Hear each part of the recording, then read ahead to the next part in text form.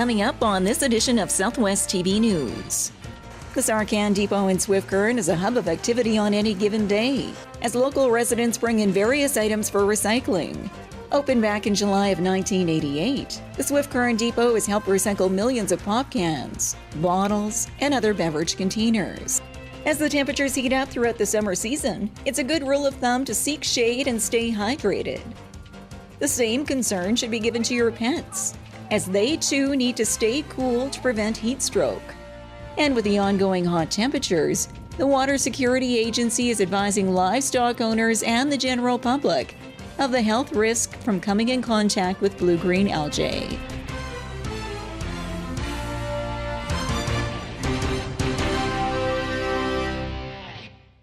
Thanks for joining us here today. SARCAN provides a valuable service to the community, and in 2018, it's celebrating a milestone. The SARCAN depot in Swift Current is a hub of activity on any given day, as local residents bring in various items for recycling.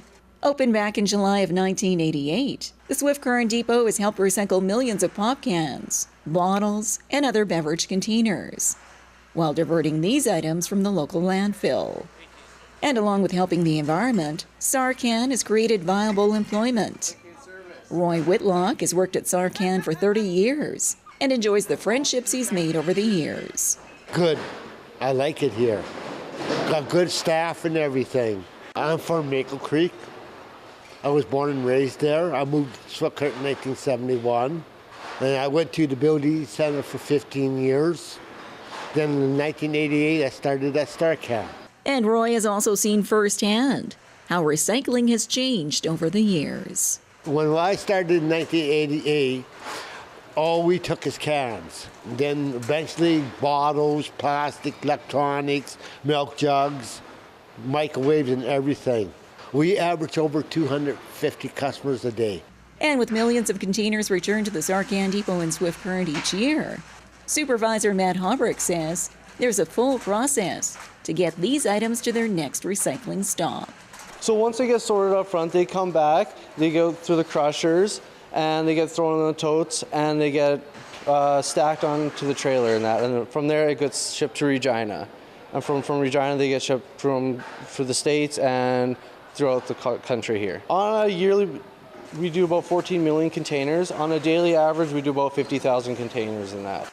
A winning partnership for the community while doing a good service for the environment. About 1986, it was decided by the government of Saskatchewan to bring aluminum recycling containers into the province. So before that, you could only have refillable glass bottles. So when they decided to bring in aluminum, they said, well, we're only bringing this in if it can be recycled because it's such a recyclable material, and it saves 90% of the energy that it would to create new material, so they wanted to keep that material going. So they said they put out a tender for an organization to provide service for recycling aluminum cans, and SARC, with its 32 member networks at the time, decided that it would be a good opportunity to provide employment for people of all abilities by allowing an opportunity for recycling. So SARCAN is certainly not the only opportunity for people of all abilities, but it certainly did open a lot of doors back in 1988 for people to get jobs in the community.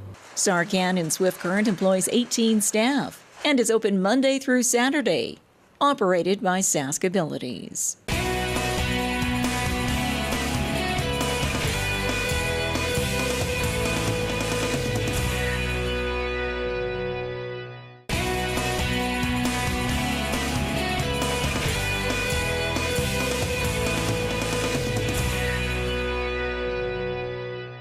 It's been a hot and dry summer across the Southwest, and as the temperatures continue to heat up, you're reminded to keep your pets cool.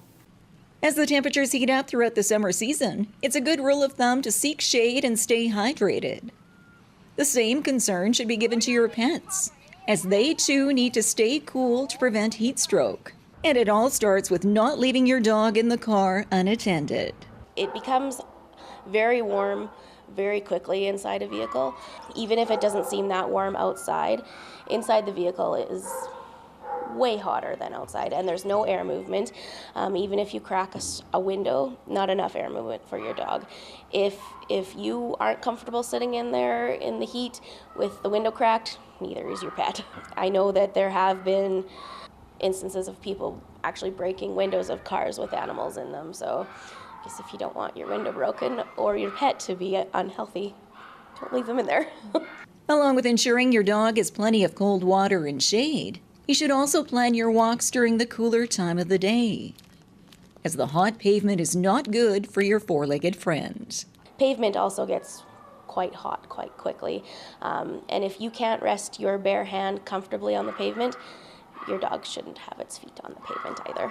And if you have any concerns for your dog or cat appearing lethargic, showing no interest in water or food, drooling more than usual, or is in a distressed state, get them to a veterinarian immediately.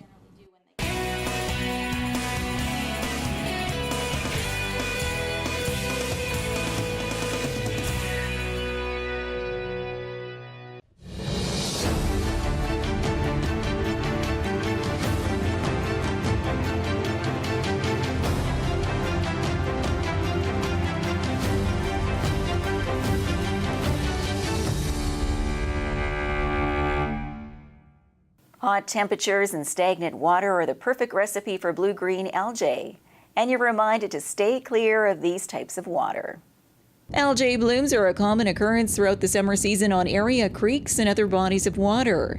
And with the ongoing hot temperatures, the Water Security Agency is advising livestock owners and the general public of the health risk from coming in contact with blue-green algae.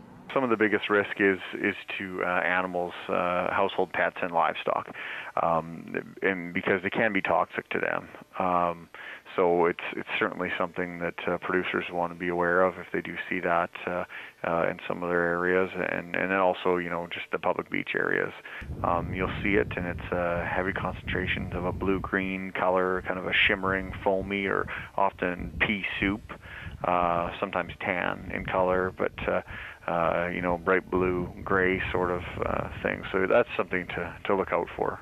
Direct contact or drinking of algae-contaminated water can cause a sore throat, nausea, vomiting, and diarrhea.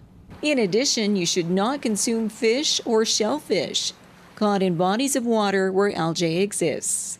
More information on blue-green algae can be accessed through the Saskatchewan Ministry of Agriculture or the Water Security Agency.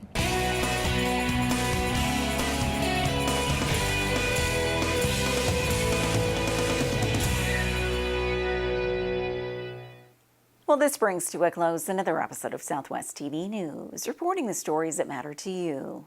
We always welcome your news tips. You can always reach us here by phone at our studio or by email to contact us at southwesttvnews.com. Also, be sure to join us daily online for the latest news from across Southwest Saskatchewan and so much more at southwesttvnews.com. And be sure to follow us on a range of social media. Thanks for joining us here today. I'm Carol Andrews.